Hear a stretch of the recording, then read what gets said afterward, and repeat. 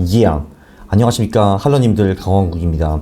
올해 가장 큰 관심사는 당연히 미국 대선이겠죠. 그래서 많은 사람들이 이런저런 예측을 하고 있는 걸로 알고 있는데, 그냥 우리는 주식시장만 보면 되고요. 대충 한 9월 말 정도 판결이 날 것 같습니다. 요즘 아주 흥미로운 통계를 봤는데요. 이제 구글에 이 제목으로 찾아보시면 뭔가 나옵니다. 그 내용인데, S&P 500의 8, 9, 10월 요 결과가 미국 대통령 선거를 83% 정도 예측한다라는 기사였습니다. 이게 이제 뭐냐 하면은 이제 8월, 9월, 10월이 석 달이잖아요.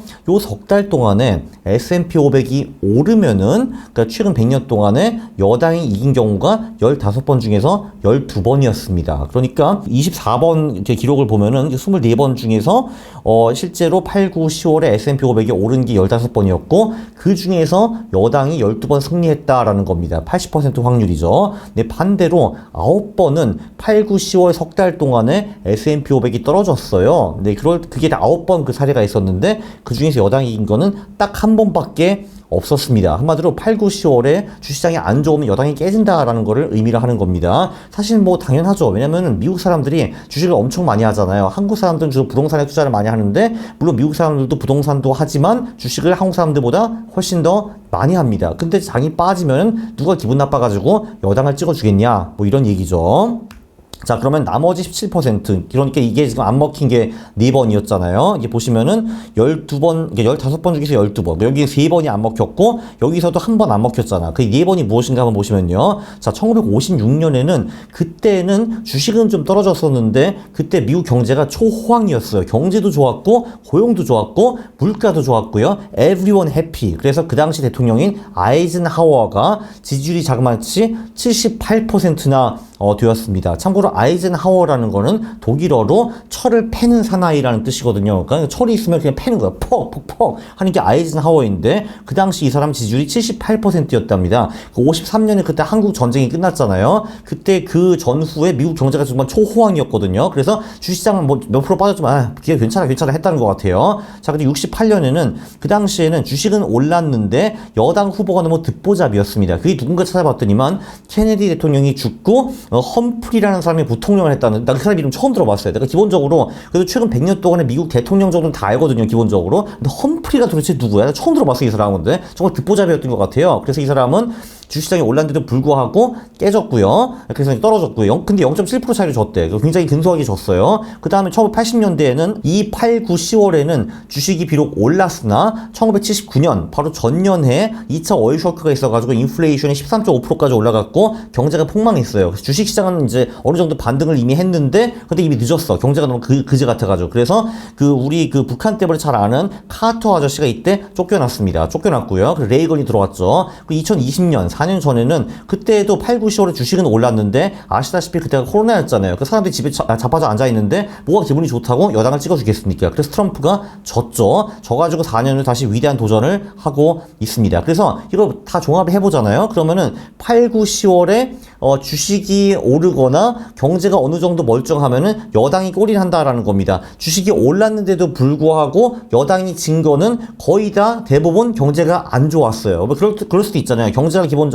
주식이 경제를 선반영하기 때문에 주식은 오르는데 경제는 안 좋을 수도 있거든요. 이 경우는 여당이 질 수가 있습니다. 또 반대로 주식이 떨어지면은 그냥 무조건 여당은 아웃이고, 경제나 주식이 안 좋으면은 그냥 그 여당은 아웃이다라고 보시면은 될 것 같습니다. 아주 심플하죠. 자, 그런데 이거를 높으신 분들이 모를 리가 없습니다. 네, 그래서 주식 and or 경제가 거지 같으면 여당은 진다라는 것이 공식이거든요. 요번 이제 이 신문 기사도 나왔지만, 그래서 그들은 8월 초에 굉장히 시겁했을 겁니다. 그때 블랙 먼데이가 와가지고 뜬금없이 S&P 500이 6% 빠졌거든요. 그래서 뚜악 했을 겁니다. 뚜악 했을 겁니다. 근데 여기 굿뉴스가 이제 하나 있죠. 그래서 이제 블랙 먼데이 따위는 극복 가능하다는 게 요번에 우리가 8월에 배운 레슨입니다. 그래서 일본이 그때 깝쳤잖아요. 갑자기 금리를 올리고 그래가지고. 그러니까 이제 미국이 이 시바인으로 불러가지고, 야, 시바인, 아니, 일본, 너 그러면 안 되는 거야. 너 그러면 돼진다. 금리 계속 올려? 그럼 너 죽는다. 해가지고, 그러니까 얘가 이제 깽깽깽깽깽 해가지고, 해가지고 이제 결국은 다시 이제 그 금리를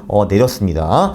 네, 그래서 8월도 S&P 500이 마이너스 6%까지 내려갔다가 플러스 2%로 마감을 했습니다. 전 그때 생각을 좀 했죠. 보통 근데 이런 식으로 큰 이제 빅히트가 오면은 보통 이런 거를 회복하는데 시간이 보통은 좀 걸리거든요. 근데 이거를 한 달이 아니라 거의 뭐 보름 만에, 보름이 아니야. 이게 이제 거의 뭐 열흘 만에 회복을 했잖아요. 이 모든 거를. 그래서 이때 좀 이걸 생각보다 너무 많이 회복하지 않았는가. 이게 과연 정말 우연일까? 아니면 대선과 관계가 있을까? 그런 생각을 좀 하게 되었습니다. 그래서 이제 이 아저씨가 멍깨갱 안 올릴게요 라고 했는데 지금 근데 이 사람이 이제 9월 초에 또 나와가지고 금리를 올릴 수 있다 이런 얘기를 하는 것 같더라고요. 그러니까 완전히 미국의 개는 아닌 것 같습니다. 나름대로 지 생각이 있는 것 같은데 근데 내가 보기에는 또 한번 소란을 배운다 미국에서 또 한번 퍽 칠 것 같기는 합니다. 그게 제 이제 추측이고요. 걔네들 대선이 중요하니까. 그리고 기본적으로 일본은 미국이 시키는 거 다 하잖아요. 기본적으로. 그쵸? 네. 그래서 이제 결론적으로 9월, 10월도 그래서 보통 때보다는 더 좋을 가능성이 충분히 있습니다. 요거는 나스닥인데 나스닥 같은 경우도 보통은 9월 초중반에는 조금 버티다가 중후반에 작살나는 게 대부분 정석적인 포지션이거든요. 네, 근데 재선이 있을 경우에는 초중반에 일단 좀 오르고 중후반에 좀 빠지긴 한데 좀 덜 빠지는 모습을 볼 수가 있습니다. 네, 그래서 올해가 재선이기 때문에 이쪽으로 흐를 가능성이 이렇게 흐를 가능성보다는 조금 크다고 우리가 이제 볼 수가 있죠. 그리고 기본적으로 여당은 무조건 재선에서 이겨야 되기 때문에 금리 인하 같은 이제 보잘것없는 정책도 당연히 하겠지만 정부가 사실 할 수 있는 게 의외로 굉장히 많습니다. 정책을 만들 수도 있고요. 기관의 팔을 비틀 수도 있고 언론을 조작할 수도 있고 통계를 조작할 수 있습니다. 이게 정부가 다 할 수 있는 거거든요. 여당이 승리를 위해서.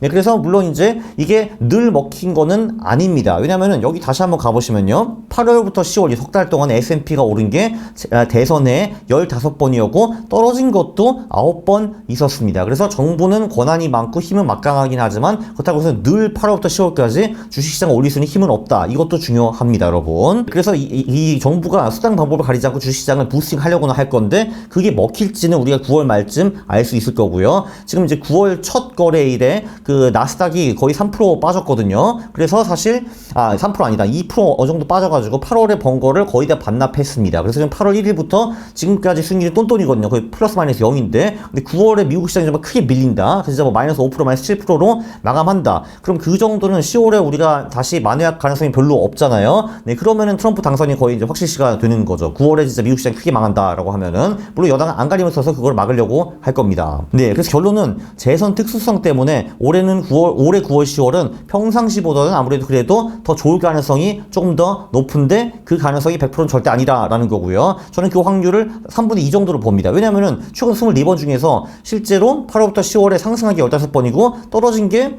이제 9번이거든요. 네, 그 참고로 24번 중에 15번이 62.5% 정도인데 근데 8월에 이미 살짝 플러스로 마감했기 때문에 그래도 그거보다는 확률이 좀 더 높지 않은가라는 게 제 개인적인 추측입니다. 9월 말까지 미국장이 잘 버텨주면은 해리스의 당선 가능성이 굉장히 높아지고요. 이제 반대로 9월 말까지 미국 시장이 작살나버리면은 트럼프가 될 가능성이 매우 높아집니다. 일단 기본적으로 지금 뭐 리세션이 오네 뭐 경제 침체의 말이 나오기는 하는데 사실 데이터를 보면은 살짝 나빠진 것처럼 보이긴 하는데 지금 뭐 대단히 경제가 진짜로 나쁜 거는 아니거든요. 그냥 뭐 이제 그 나쁜 거의 초기 조짐 뭐 이 정도잖아요. 그러니까 뭐 이런 거잖아요. 실업률이 뭐 4.1%인데 4.4%, 4.5% 뭐 이런 거잖아요. 사실 그게 사실 뭐 대단한 건 아니잖아요. 솔직히 말해서. 근데 왜냐면 진짜 경제 침체가 오면 8%, 9%, 10%도 가니까요, 이게. 그래서 이 정도로는 주식시장을 뒤집을 만한 팩터 정도는 아닌 것 같습니다. 그래서 결론적으로 진짜 주식시장이 중요하고 9월에 잘 버티면 해리스, 잘 못 버티면 트럼프가 될 가능성이 높다라는 겁니다. 굉장히 유익한 영상이었죠. 구독과 좋아요 부탁드립니다. 싫어요 누르시면 제가 매우 싫어합니다. 감사합니다.